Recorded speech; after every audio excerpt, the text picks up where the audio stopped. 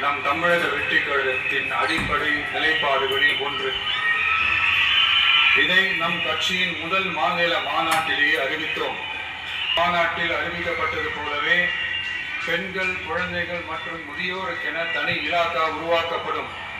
அந்த மகளிர் திட்டம் மக்கள் பணத்தை மக்களுக்கே திருப்பி தருவது எப்படி ஓசி என்று கேலிக்கு உள்ளாகும், எப்படி இலவசம் என்று ஏளனமாக பார்க்கப்படும்.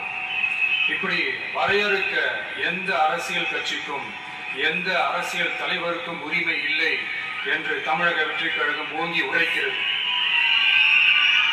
இந்தியாவில் நம்பர் 1 இல்லாத மாநிலங்களில் கூட பெண்களுக்காக மாதம் வழங்கப்படும் தொகை அதிகமாக உள்ளது.